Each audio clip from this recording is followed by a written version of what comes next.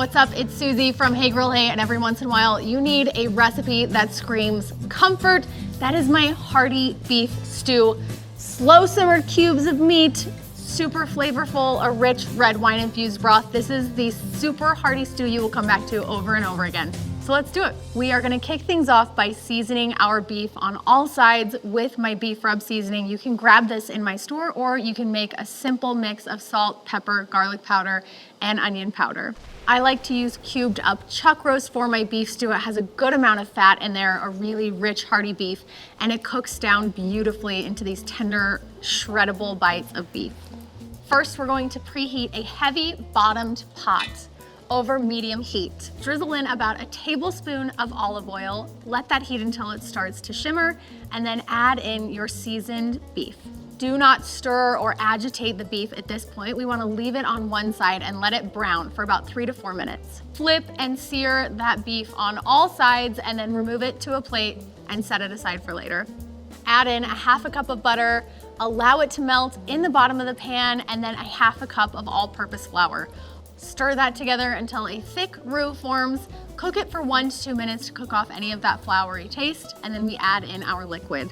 We're gonna pour in 8 cups of beef stock. Use your wooden spatula to really scrape the bottom of the pan. Lift up all of those beautiful browned bits. That's called fond, and it has so much flavor. Now we stir in the red wine and allow this mixture to come up to a boil. Allow that to cook for 2 to 3 minutes, stirring occasionally. We don't wanna scorch the bottom of the pan. Now we add back in our seared beef, put on the lid, reduce the heat to low, and let that meat cook for about 1.5 hours to 2 hours. During this low cooking process, make sure you take off the lid and stir every couple of minutes to again prevent any scorching on the bottom of the pan and make sure that meat is cooking evenly. At this point, it's time to add in the vegetables and the aromatics. We're going to stir in 1 yellow onion that's been diced, celery, carrots, 4 cloves of garlic, Yukon Gold potatoes. This is my favorite kind of potato for a stew. They're creamy, they're buttery, they're delicious, and they don't fall apart as they slowly simmer in the stew. Couple of bay leaves, several sprigs of fresh thyme and rosemary, 2 tablespoons of Worcestershire sauce, and then a little bit of additional salt and pepper to taste. Pop that lid back on, let your stew simmer for an additional 30 minutes. This will give you vegetables that are tender but not mushy, and the beef itself will be falling apart in your mouth. Beef stew is off of the stove, and the smell in my kitchen for the last 2 hours has been absolutely unbelievable. Having a dish like this just slowly simmering away on your stovetop makes you feel the most beautiful, warm, cozy, nostalgic food feelings. Oh, look at that.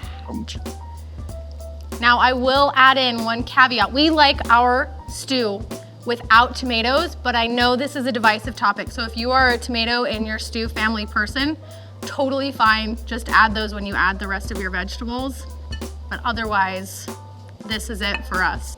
That's silky broth, meat, potatoes, veggies, herbs. You can see the little brown bits on the beef in there. That is absolute comfort food.